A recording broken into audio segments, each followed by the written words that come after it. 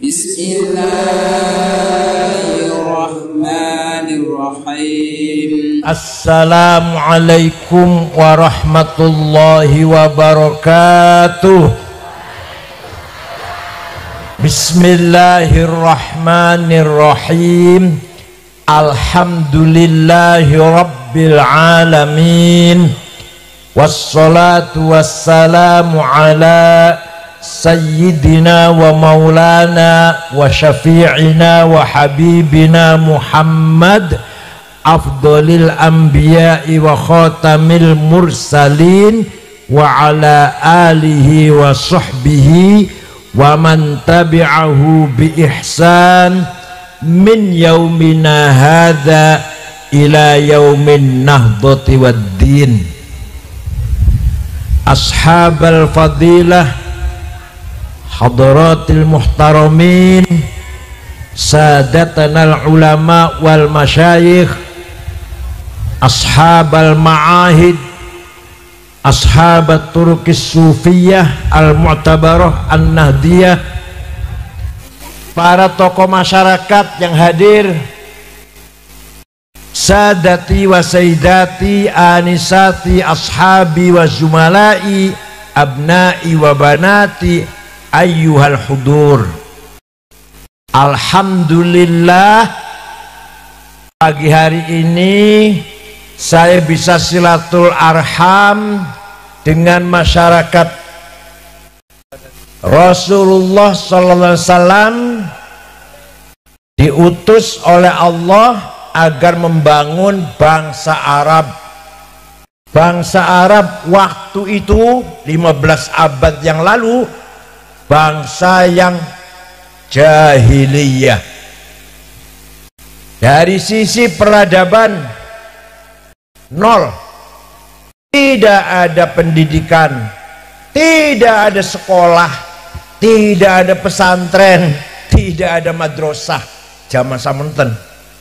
Malah rata-rata ummiyin, buta huruf.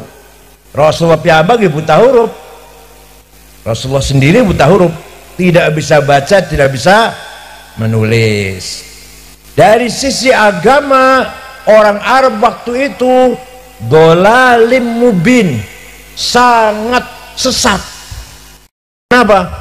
Nyembah batu tanpa ada dasar teologi.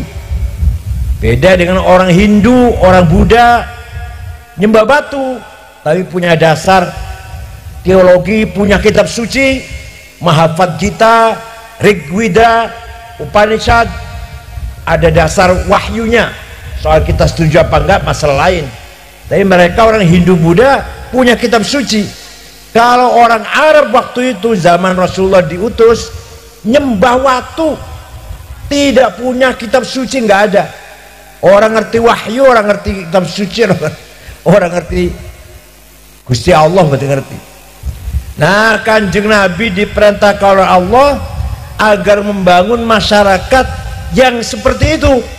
Masyarakat Arab waktu itu buta huruf, nyembah watu, kelakuannya orang karu-karuan. Kalau punya anak perempuan malu, dikubur hidup-hidup, begitu lahir kubur kalau perempuan. Kalau bapaknya mati, ibunya masih beres bu, diambil anak-anaknya. Eman-eman kalau diambil orang lain. Kalau ibunya masih beres, masih cantik lah, bapaknya mati, ibunya masih cantik, diambil anak-anaknya. Jangan sampai orang lain. Itu jahiliyah Arab. Kalau sudah perang berpuluh-puluh tahun, ada terjadi perang Fijar namanya, gara-gara ada tamu, ontanya tamu dicuri, dicolong. Itu perang antara tuan rumah dan yang nyolong 40 tahun, termasuk Kanjeng Nabi waktu itu baru umur 14 tahun, ngewangi bantu pamannya Abi Thalib membawakan anak panah. Itu namanya perang Fijar. Paham betul? Paham betul? Nah, wataknya orang jahiliyah itu Bu, hanya menghormati 3 macam orang. Berapa? 1, orang jahiliyah sangat hormat, sangat menghargai, memuji-muji syair, penyanyi. Orang jahiliyah nuduh Quran itu nyanyian, Muhammad tuh nyanyi itu supaya dapat kehormatan. Saya, kata Allah, tidak sekali-kali ngajari Muhammad bernyanyi bersyair, enggak. Muhammad tidak layak jadi penyanyi, jadi penyair. Tapi yang dibaca Muhammad itu adalah peringatan, dzikrun wa Qur'anun mubin, dan bacaan yang sangat jelas tuntunannya, nasihat-nasihatnya, bukan nyanyian itu, bukan. Nah, sekarang kalau masyarakat seumpama masyarakat sangat menghormati penyanyi, berarti jawab, berarti ngaku dewe. Boleh kita seneng penyanyi, boleh, asal tidak kebablasan nonton dangdut sampai orang sholat isya, rampung jam 3 pulang, turu tangi jam 10 orang sholat. Ya jahiliyah, paham boten? Oh pemanen nonton dangdut tawuran, apa? Gelut tawuran, betul-betul merusak tatanan masyarakat. Boleh senang penyanyi, boleh, asal sedang-sedang saja. Kalau kenemenan berarti jahiliyah. Nah, nomor 2, masyarakat jahiliyah Arab itu sangat-sangat menghormati kahin, dukun. Muhammad tuh yang diwoco mantra-mantra, jampi-jampi kedukunan itu. Muhammad pengen dilem, pengen oleh kemuliaan, pengen dapat nama itu. Muhammad tuh pengen jadi dukun tuh, yang dibaca jampi-jampi kedukunan. Quran jawab, wa ma huwa biqauli kahin, bukan mantra-mantra dukun. Yang dibaca Muhammad bukan mantra-mantra dukun. Jadi orang jahiliyah sangat-sangat hormat pada dukun. Kalau orang masih sangat hormat pada dukun, berarti paham, pinter. Boleh percaya, tapi ojo nemen-nemen, paham betul? Kadang-kadang orang sana, orang Jakarta, orang Cirebon, kalau kan sini Cirebon, orang Cirebon, wah nek nang dukun supaya jadi bupati, jadi DPR, piro yang bayar. Ya kalau kiai jarum coklat. Orang Cirebon.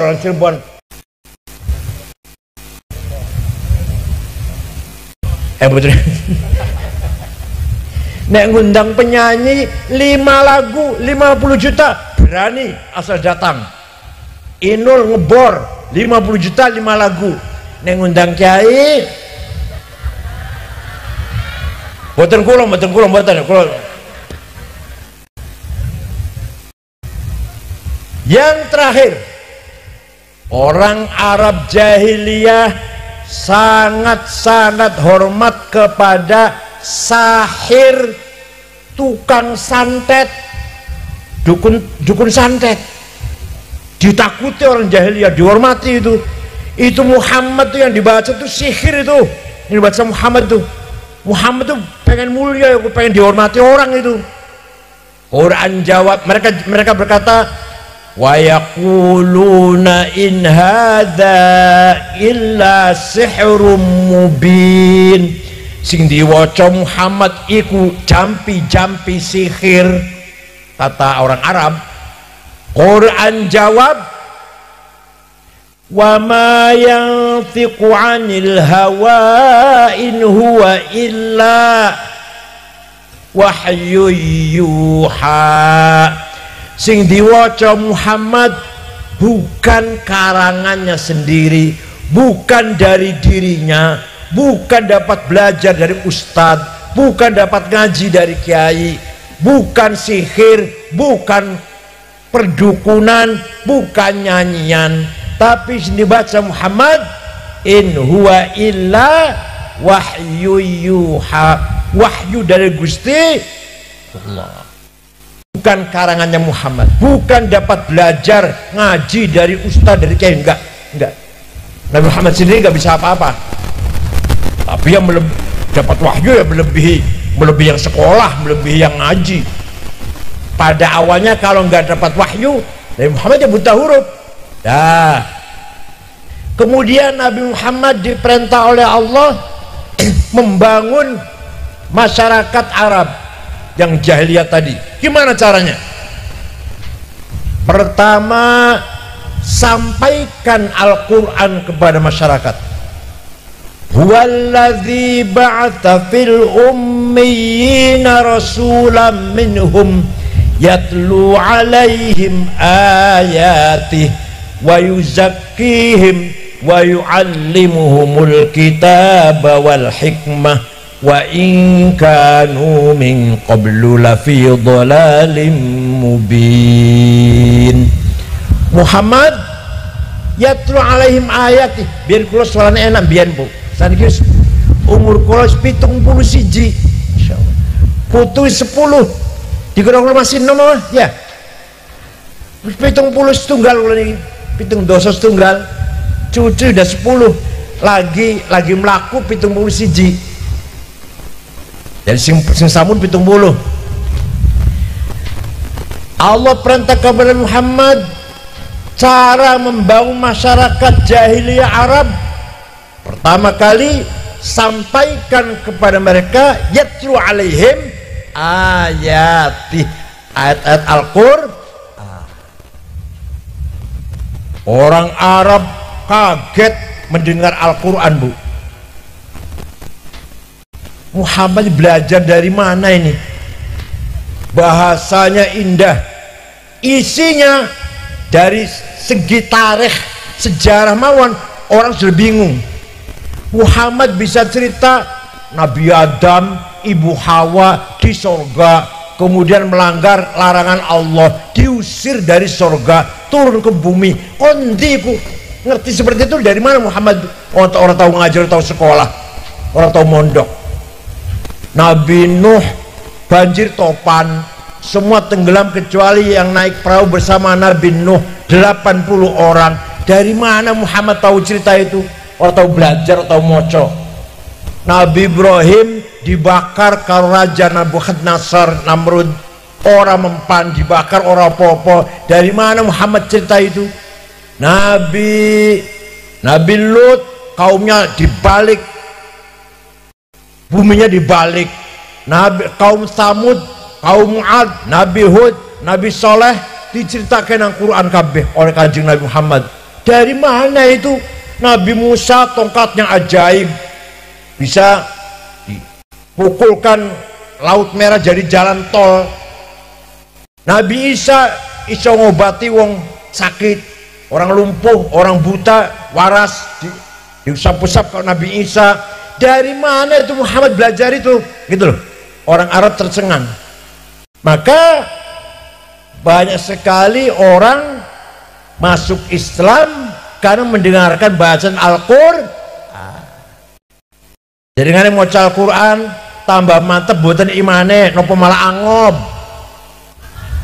Dan jangan kebiringaken Quran, biringaken wong maca Quran, suarane enak, lagune enak, kira-kira tambah mantep iman apa malah angob.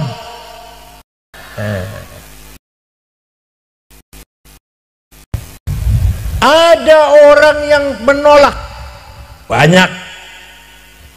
Yang dibaca Muhammad tuh hebat luar biasa. Tapi kalau saya ikut Muhammad, sedangkan Quran itu mencela berhala, ngelek-ngelek berhala. Saya bisnisnya jual berhala, bisnisnya bikin berhala, saya jual. Loh, kalau saya masuk Islam ekonomi bangkrut. Oh, saya bisnisnya jual beli berhala. Ada yang begitu. Ada lagi yang Muhammad tuh ajakannya benar, tapi kalau saya ikut Muhammad, duduk dengan budak-budak Bilal, Suhaib, Ammar bin Yasir, budak itu budak hitam, gengsi dong. Nah, aku belok kiai ngaji nang musola, musolane lampune yep, tikarnya sobek, jadinya mambu petek, banyunya kosong, gimana? Nggih. Musola panjenengan, musola panjenengan, musola panjenengan mboten. Nah, kalau saya ikut kiai ngaji nang musola piye? Kotor, bau pete, bau pesing, tikarnya robek, lampu 5 watt. Orang mau gengsi. Ada yang kayak gitu. Nah, aku melu Muhammad, duduk dengan Bilal, budak, moh.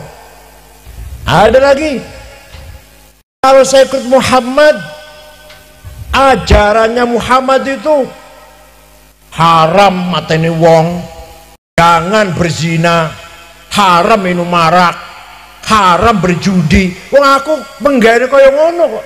Ini penggaweanku iki kok dilarang. Ora usah mlebu Islam lah. Nah, aku melok kiai, jangan berzina, jangan minum arak, jangan berjudi, jangan bohong. Nah, kerjaan saya tiap hari begitu kok. Ada nggak gitu? Ada nggak di sini? Nggak ada ya? Nggak ada ya. Ini zaman Arab seperti itu. Lah, tapi orang yang masuk Islam sebab mendengarkan Quran ya banyak. Antara lain Sayyidina Umar bin Khattab mendengar Al-Quran yang dibaca oleh adiknya, sudah Islam duluan adiknya, namanya Fatimah bintil Khattab. Sayyidina Umar lemes, ngelumpruk ya, terduduk, ngelumpruk. Umar belum Islam, Umar belum masuk Islam, mendengarkan adiknya baca Quran. Bismillahirrahmanirrahim. Taha ma anzalna alaikal qur'ana litashqa illa tadhkiratan liman yakhsha tanzilan mimman khalaqal arda was samawatil ula. Toha, wahai Muhammad.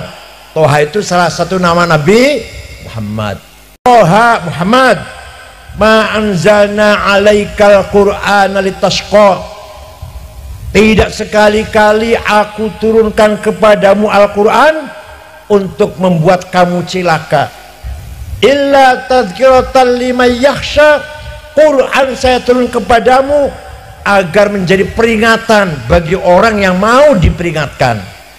Tanzilan mimman khalaqal arda was samawatil ula, diturunkan oleh Tuhan yang menciptakan bumi dan langit.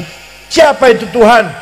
Ar-Rahman, namanya Ar-Rahman, yang maha kasih sayang, al-arsy istawa, yang menguasai alam jagat raya dari aras sampai ke ujung bumi, dikuasai oleh Allah Subhanahu wa taala. Itu Sayyidina Umar mendengarkan ayat itu lemes, Bu. Akhirnya takon, aina Muhammad, nang disaiki Muhammad? Di sana, di rumah sahabat Arqam bin Abil Arqam. Muhammad lari ke sana, Umar lari ke sana, ketok pintu, Kanjeng Nabi sedang dengan para sahabat dalam rumah Arqam bin Abil Arqam. Para sahabat ketakutan. Ini Umar kesini mau apa? Umar terkenal preman. Kanjeng Nabi dengan tenang membuka pintu, Umar masuk, memeluk Rasulullah Sayyidina Muhammad, masuk membaca 2 kalimat syahadah.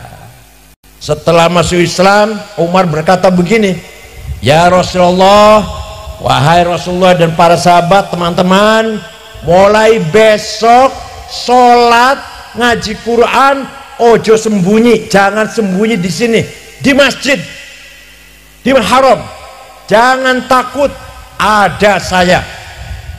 Harus ada kayak itu. NU juga harus ada kayak gitu, ada nggak? Ada nggak? Ada nggak? Wahai ketua NU, Kiai siapa? Rasulullah, Kiai siapa? Rasulullah. Ayo terus, jangan takut, ada saya. Harus ada gitu, ada gitu nggak?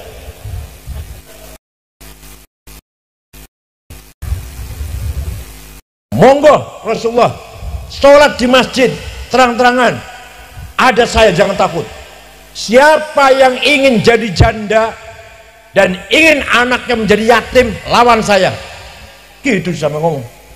Siapa yang ingin jadi janda dan ingin anaknya jadi yatim, lawan saya, kata Sayyidina Umar. Di sini ada enggak yang kayak itu?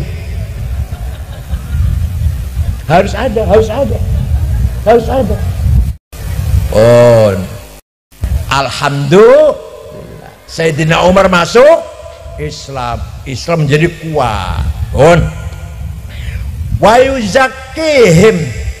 Yang kedua, langkah kedua, Rasulullah membangun masyarakat jahiliyah Arab, tazkiyatun nafas. Apa? Membangun akhlaknya orang Arab. Orang Arab yang gak ngerti akhlak, gak ngerti sopan santun, gak ngerti adab, dibangun oleh Rasulullah SAW. Ngerti jujur, ngerti adil, ngerti iki bener iki salah, ngerti hormat orang tua, sayang ning anak, hormat nang wong tua, hormat karo wong pinter kiai. Tidak hanya hormat pada tukang sihir saja, tapi pada orang pintar dihormati.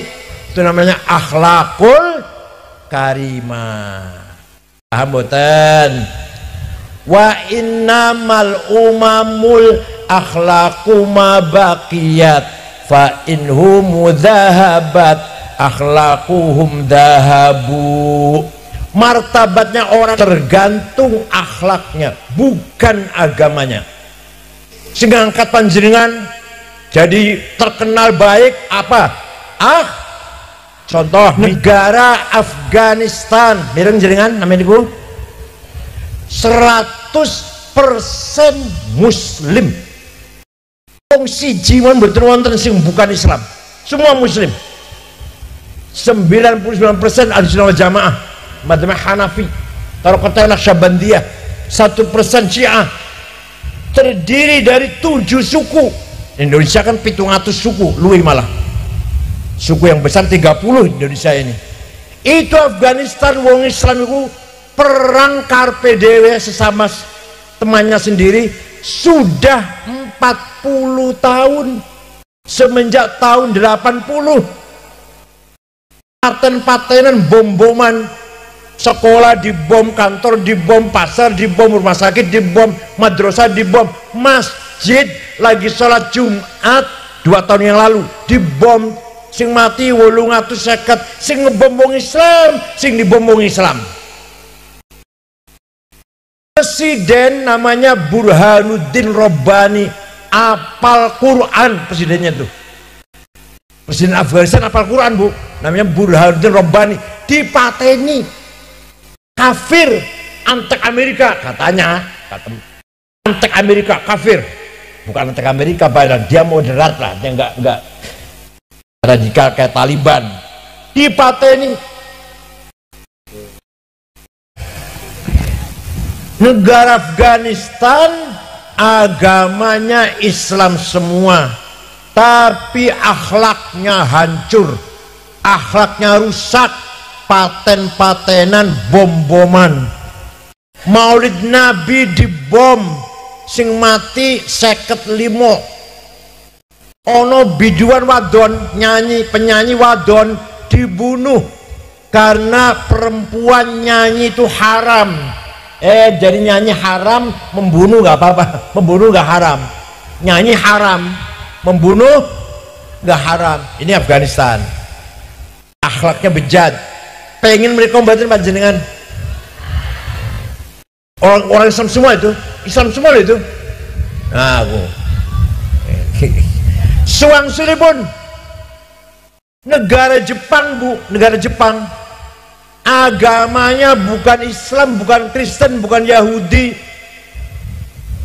Shinto, agama apa namanya, agamanya Shinto.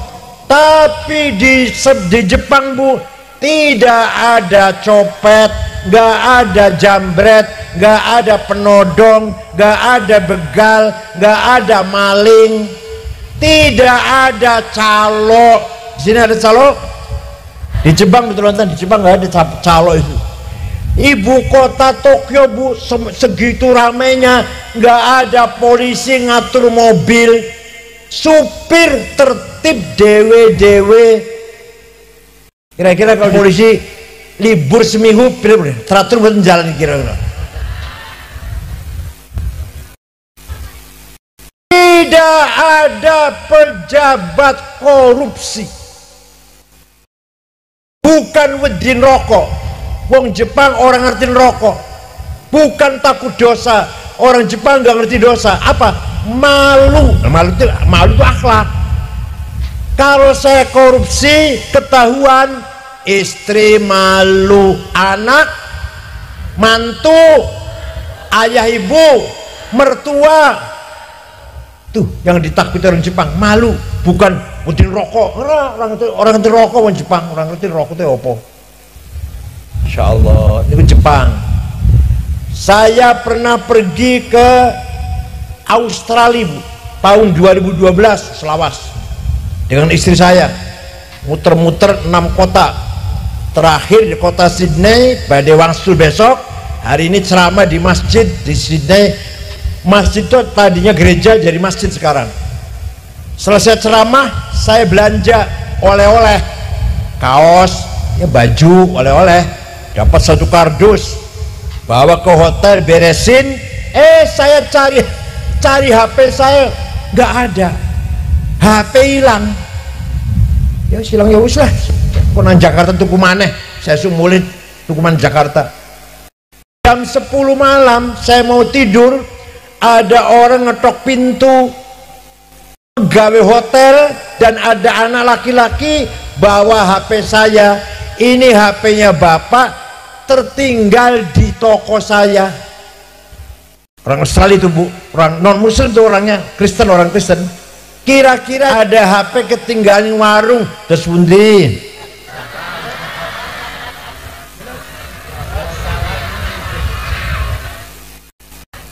Ini akhlak namanya. Akhlak namanya. Orang Islam semua padahal. Itu contoh yang negara non muslim. Sekarang contoh yang negaranya Islam.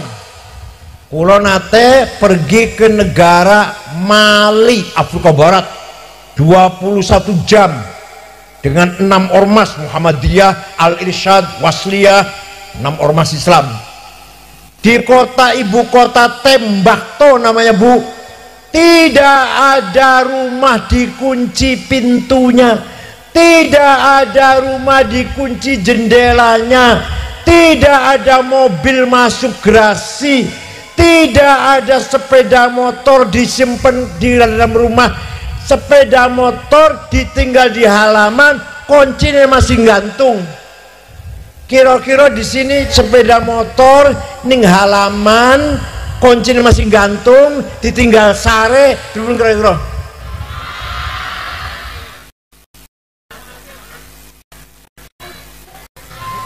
Niku namanya akhlak.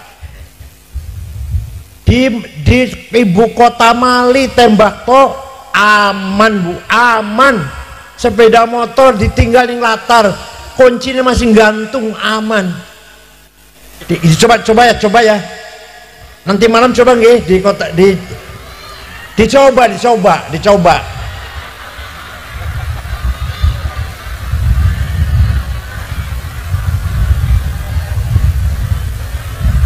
Apa dicoba satu desa dulu, nanti malam rumah jadi kunci, jangan dikunci, sepeda motor jangan masuk rumah, kuncinya masih gantung, piye?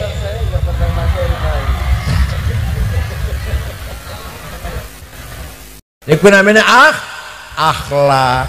Lah Kanjeng Nabi bangun orang jahiliyah yang tadinya tidak berakhlak menjadi berakhlak. Kanjeng Nabi piyambak memberi contoh, Bu, memberi contoh. Ya Allah, tahun 8 Hijriah Kanjeng Nabi bisa kembali ke Mekah dengan pengikut kurang lebih 10.000 sahabat. Terus sausé 8 tahun teng Madinah hijrah, tahun 8 bisa masuk ke Mekah dengan sahabat pengikut 10.000. Masuk kota Mekah, apa yang dilakukan Kanjeng Nabi? Tidak ada balas dendam. Saya maafkan semua. Yang dulu membunuh sahabat Yasir, membunuh sahabat Sumayyah, membunuh sahabat Suhaib, saya maafkan. Yang nyiksa Sayyidina Bilal, nyiksa Sayyidina Zaid bin Harithah, saya maafkan. Yang dulu nyakiti saya maafkan. Ya Allah, akhirnya orang Mekah yang tadinya ketakutan kalau Nabi akan balas dendam, keluar dari rumah semua menyalami Kanjeng Nabi dengan mengatakan bi abi wa ummi antal karimu benil karim, demi ayahku, demi ibuku, engkau Muhammad orang mulia, anak dari seorang ayah yang mulia, cucu dari seorang kakek yang mulia. Mulia apanya? Akhlaknya. Masuk Islam semua orang Mekah karena Nabi Muhammad gak balas dendam. Setelah Nabi Muhammad bisa masuk kota Mekah diikuti 10.000 pengikut sahabat, tidak balas dendam, dimaafkan semua. Saged boten niru panjenengan? Saged niru boten? Fabima rahmatim minallahi linta lahum walau kunta faddan ghalidhal qalbi lan faddu min hawlik fa'fu anhum wastaghfir lahum washawirhum fil amr fa idza azamta fatawakkal 'ala Allah innallaha yuhibbul mutawakkilin. Muhammad, Gusti Allah muji Kanjeng Nabi, dudu muji gagah ganteng, padahal Kanjeng Nabi gagah ganteng, tidak dipuji. Kanjeng Nabi pinter, setelah dapat wahyu pinter, tidak dipuji. Kanjeng Nabi sukses, tidak dipuji, tapi akhlaknya Kanjeng Nabi dipuji oleh Al-Quran, oleh Allah. Fabima rahmatim minallahi lintalahum, kamu ramah, kamu santun, kamu pemaaf Muhammad, maka orang Mekah simpati pada kamu, berbondong-bondong masuk Islam, seneng karo awakmu Muhammad, karena kamu sopan, santun, pemaaf. Ya Allah, fa'fu anhum walau kunta faddan ghalidhal qalbi, seandainya kamu Muhammad kasar, congkak, sombong, paham betul, paham betul? Seandainya kamu Muhammad congkak, kasar, sombong, sweeping, bawa pentung, takbir, betul-betul betul-betul nggih. Jakarta itu takbir, orang malah takut, pasti gak ada yang masuk Islam malah takut. Paham betul Bu? Paham betul? Jakarta biasa sweeping keliling takbir, malah ketakutan orang, gak seneng pada Islam malah takut. Nah itu kata Al-Quran tuh, walau kunta faddal ghalidhal qalbi lan faddu min haulik, kalau kamu kasar Muhammad, orang tidak akan masuk Islam, lari semua dari Islam. Oleh karena itu Muhammad, fa'fu anhum, maafkanlah orang Mekah yang dulu menyakiti kamu, ngusir kamu, maafkan. Saged niru Bu, saged niru mboten? Yang kemarin nipu saya 5 juta, saya maafkan, saged. Tadi katanya saged, tadi sih. Yang kemarin nyolong sepeda motor, saya maafkan, saged.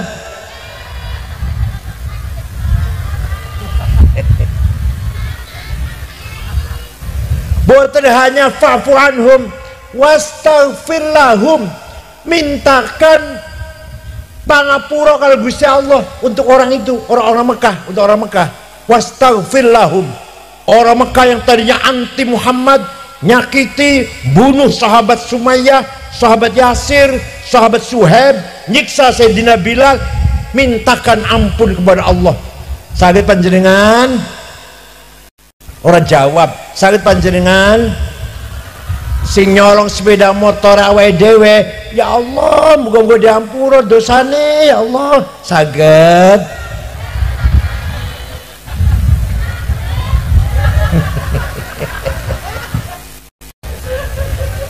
Ini ku akhlaknya Kanjeng Nabi. Oh, Kanjeng Nabi ini ku wajib sifatnya papat. Pak apal ya, semerep ya sudah ya, sudah semerep ya, udah tahu ya. Satu, wajib jujur, sidik. Kalau Muhammad satu kali aja bohong, dapat laknat dari Allah. Kanjeng Nabi tidak pernah bohong, sidik. Dua, apa? Amanah, bisa dipercaya. Kalau khianat, awas, kata Allah nih, kata Allah, awas kalau kamu Muhammad khianat. Yang ketiga, tabligh, menyampaikan dakwah apa adanya, diterima baik atau diterima dengan jelek, tabligh. Yang keempat, fatonah, cerdas. Satu aja sifat, Bu, sifat sidik, jujur. Kita mari kita tiru. Orang sing ngomong ngeten, orang sing ngendikan ngeten. Sing wajib jujur itu Kanjeng Nabi. Awake dhewe dudu nabi, dadi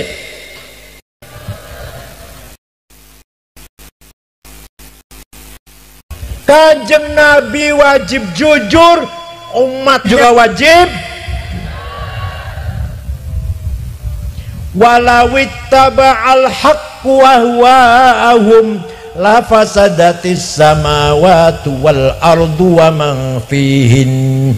Kalau hak kebenaran dikalahkan oleh kebohongan, kebohongan menang, yang kebenaran kalah, la fasadatis samawati wal ard, tatanan kehidupan masyarakat rusak, hancur. Contoh, sifat sidik hilang, minyak goreng hilang. Sengsara mboten? Sifat sidik hilang, 8 triliun hilang. Piro? 8 triliun. 8 triliun. Iku nek nggo kerupuk sepiro iku? Waktu Ketua Golkar Setia Novanto korupsi 2,5 triliun, kalau kaget. 2,5 triliun, kalau kaget. Setia Novanto Ketua Golkar. Kalau 100 juta kalau bener kaget. Ono wong korupsi 100 juta kalau bener kaget. 2,5 triliun, kalau kaget. Iki diungkuli iki. 8 triliun. Kenapa? Gara-gara sifat sidik hilang. Boten usah contoh gede-gede wis, keluarga mawon. Suami tidak sidik, istri ribut. Istri tidak sidik, suami sing kata sing boten sidik, suami nopo istri.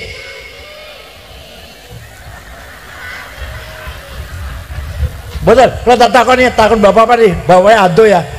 Kalau tak takon bapak-bapak, yang banyak tidak jujur, tidak sidik, suami apa istri? Istri, kata istri.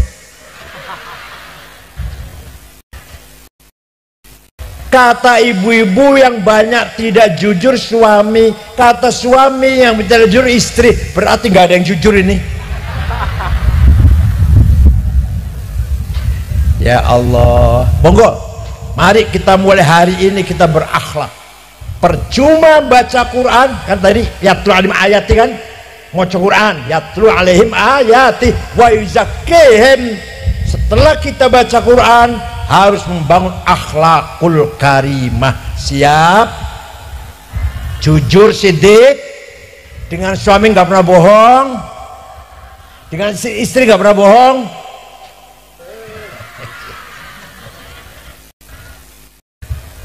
Paham boten? Setelah akhlaknya baik, ya makanya Kanjeng Nabi membangun akhlak riyin, baru pendidikan. Nah kalau pendidikan dulu kadung jadi SH, kadung jadi dokter Andes, kadung jadi insinyur, akhlaknya masih durung dibangun. Ayo gimana? Sing korupsi akeh wong pinter wong bodoh. Nah niku. Maka Al-Quran cara memberi petunjuk pada Rasulullah cara membangun orang Arab jahiliyah. Pertama dibacakan Quran, kedua dibangun akhlaknya, ketiga baru wa yu'allimuhumul kitab, diberi ilmu pengetahuan. Tadi ayatnya yang saya baca ayatnya kan ya, walladzi ba'atsa fil ummiyina rasulam minhum. Pertama, yatlu alaihim ayatih, sampaikan Al-Quran kepada orang Arab yang jahiliyah. Yang kedua, wa yuzakkihim, akhlaknya dibangun, karakter dibangun, kepribadian dibangun, jati diri dibangun. Baru wa yu'allimuhumul kitab, pendidikan. Akhlak dulu baru pendidikan. Nah orang Arab yang bodoh tadi, yang buta huruf, setelah datang agama Islam, Kanjeng Nabi, muncul wong pinter-pinter bu, Masya Allah. Belum ada 100 tahun, belum ada 1 abad, musakeh imam-imam, Imam Hasan Basri, ya Allah, imam pinter nih bu. Imam Tobari ahli tafsir, ngarang tafsir 10 jilid. Ilmu nahu grammar Imam Sibaweh, ilmu mustalah hadis Imam Syahabuddin Roma Hurmuzi, ilmu balaghah Imam Amr bin Ubaid, ilmu kalam Wasil bin Atta, ilmu fikih Imam Syafi'i. Ya Allah, wong Arab yang tadinya buta huruf sedatang agama Islam jadi pinter. Ini kita ini bisa cari ilmu karena didorong oleh agama Islam ini, didorong oleh Al-Quran. Ini kita jadi orang pinter. Kalau nggak dengar Al-Quran, ngapain kita pinter? Quran yang dorong agar kita belajar, kita pinter. Paham betul? Bukan hanya agama, muncul dokter ahli tentang penyakit cacar, orang Islam, Abu Bakar Ar-Razi, ahli penyakit cacar. Yang pertama kali gawe Al-Jabar, ilmu Al-Jabar, ini wong Islam, namanya Jabir bin Hayyan Al-Azdi, wafat tahun 161 Hijriah. Yang pertama kali gawe nol. Dulunya nggak ada nol itu bu. Kalau orang mau nulis 10x, itu 10 artinya. Kalau 20 x nya 2, 30 x nya 3, 100 x nya 10 jajar. Repot betul. X jajar 10 yang mana 100. Nah setelah ada 0, 100, 100, 10, 10. Gampang betul. Siapa yang bikin 0 itu? Yang bikin 0 adalah Abu Yusuf Al-Khwarizmi, ulama Islam. Dudu wong Amerika, dudu wong Eropa, wong Islam sing gawe 0 itu. Yang boten-boten 0, tadi nggak ada 0 itu. Orang pertama kali bikin kacamata Hasan bin Haitam. Orang pertama kali bikin kompas pandom, mencari arah mana barat, mana timur, mana utara, mana selatan, di padang pasir, di laut Arab sholat, di kiblate, atau tujuannya mendi ngulon pengetan. Namanya Ahmad bin Majid. Yang pertama kali nggawe alat petunjuk arah, namanya navigasi. Yang pertama kali menyelidiki peredaran darah dalam tubuh manusia, Dr. Abdurrahman Ibnun Nafis. Yang pertama kali membahas astronomi, lintang-lintang, planet-planet, Abdurrahman Ibnu Hawqal. Yang bikin alat musik organ musik organ, wong Islam yang pertama kali bikin, namanya Abu Nasr Al-Farabi. Saya punya kitabnya Al-Musiqal Kubra, The Big of Music. Dikira wong Eropa, wong Inggris masih tidur, masih bodoh. Wong Islam bisa gawe alat musik organ. Paham boten? Oleh karena itu semuanya harus mengkader anak-anaknya dengan pendidikan yang maju. Siap? Orang luar sudah maju pinter-pinter, sekarang sudah sampai ke revolusi industri 4.0, kita masih ketinggalan. Sudah sampai digital, YouTube, WhatsApp, Instagram, kita bisanya paling menggunakan, gawe ora iso. Gimana? Jangan ketinggalan.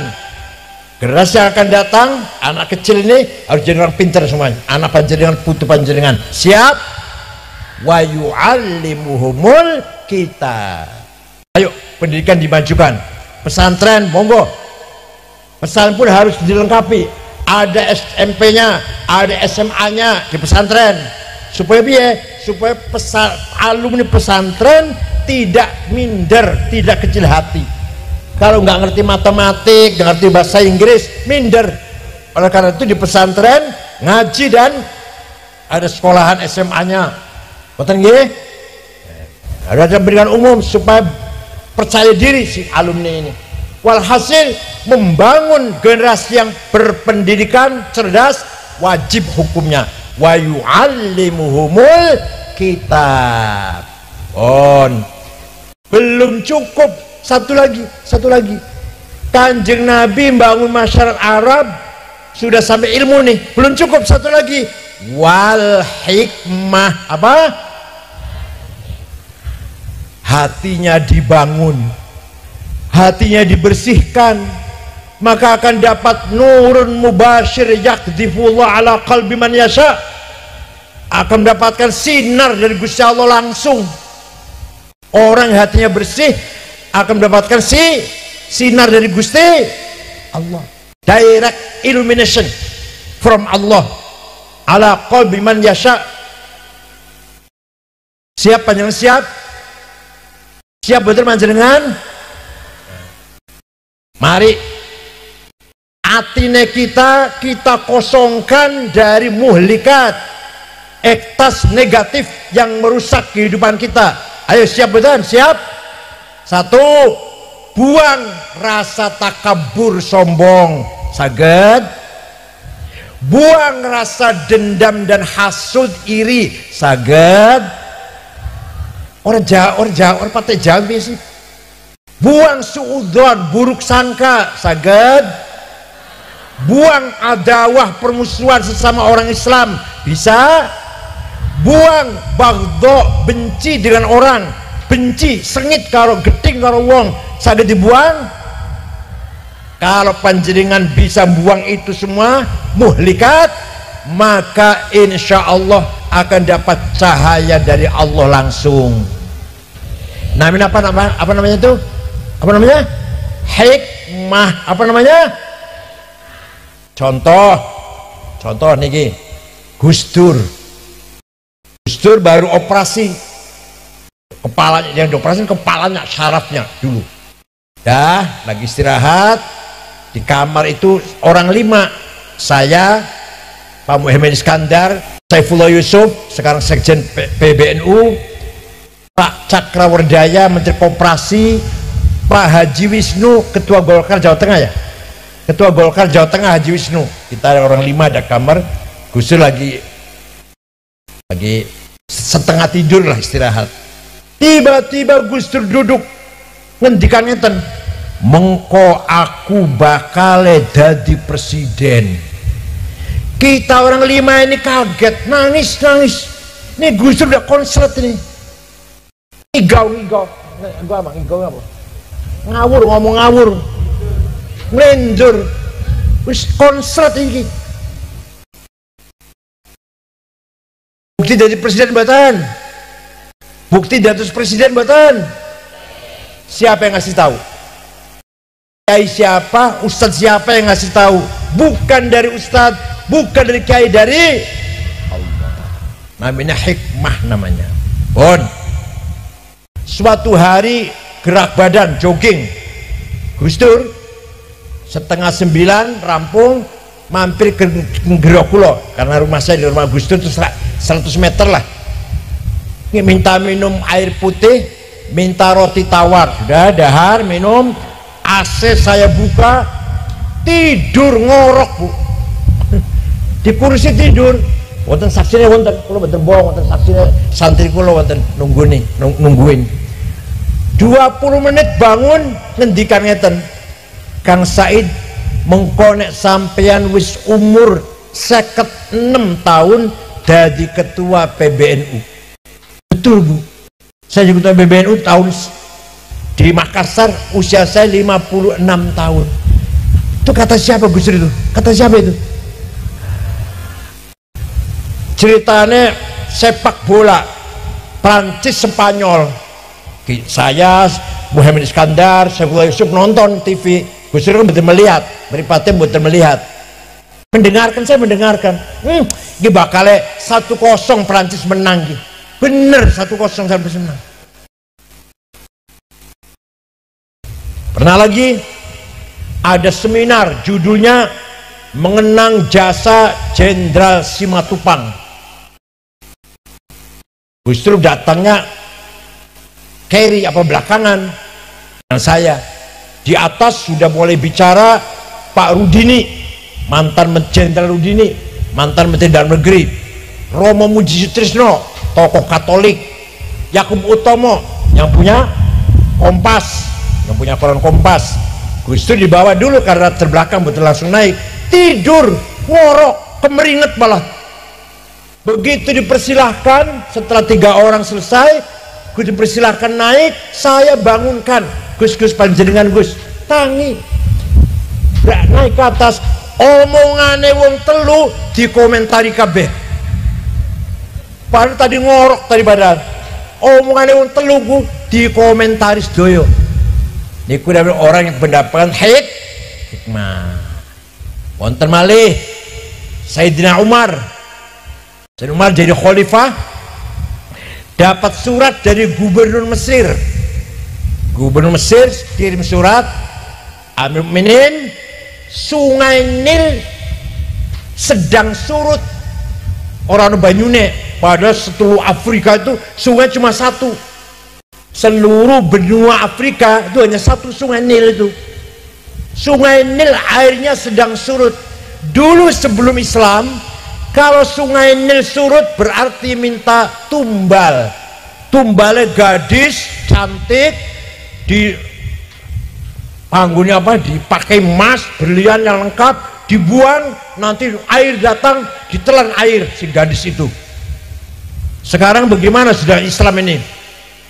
Sayyidina Umar ngambil pulpen, ngambil kertas, nulis surat, saudara Sungai Nil. Sungai Nil disurati, Bengawan Nil disurati. Tenang, bukan ngarang loh, wonten ning sejarah wonten iki. Saudara Sungai Nil, kalau kamu mengalirkan air karena Allah, mengalirlah. Tapi kalau kamu mengalirkan air karena ingin tumbal gadis, nggak usah ngalir, saya nggak butuh kamu. Saya bawa ke Mesir, buang ya, dilempar ke Sungai Nil, dibawa ke Mesir surat Sayyidina Umar, dilempar ke Nil, datang airnya sampai sekarang nggak pernah surut Sungai Nil. Namanya karomah. Wonten buat sakit ngoten, wonten boten, wonten alhamdulillah.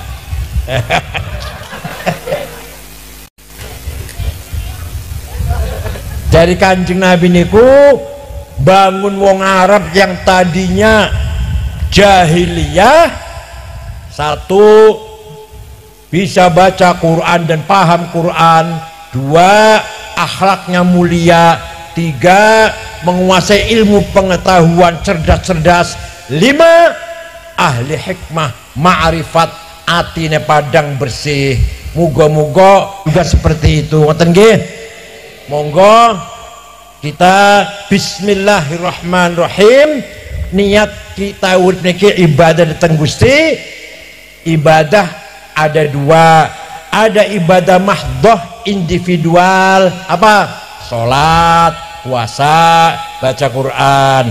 Ada ibadah sosial, bangun masyarakat, zakat, infak, sedekah, jariyah, hibah, wakaf, dan milih partai sing bener, milih calon presiden sing bener, sing jare atine bener pun terserah panjenengan.